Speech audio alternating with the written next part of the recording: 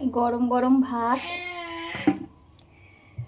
আর রয়েছে এটা রয়েছে পাট শাক ভাজা, আর এই যে আমার বিড়ালদের জন্য মাছ অলরেডি খাওয়া হয়ে গেছে, মাথা দিয়ে ভাত খাওয়া।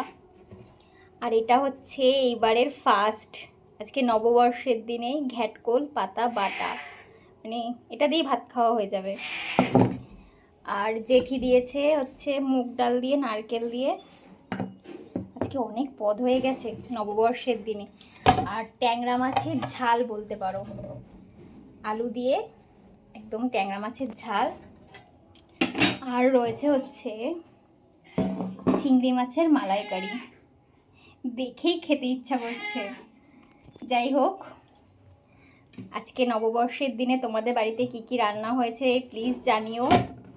আর 1433 সবার ভালো কাটুক নতুন বছর, আশা করি সবার খুব ভালো কাটবে, সুস্থ থেকো সবাই, এটাই। Thank you so much.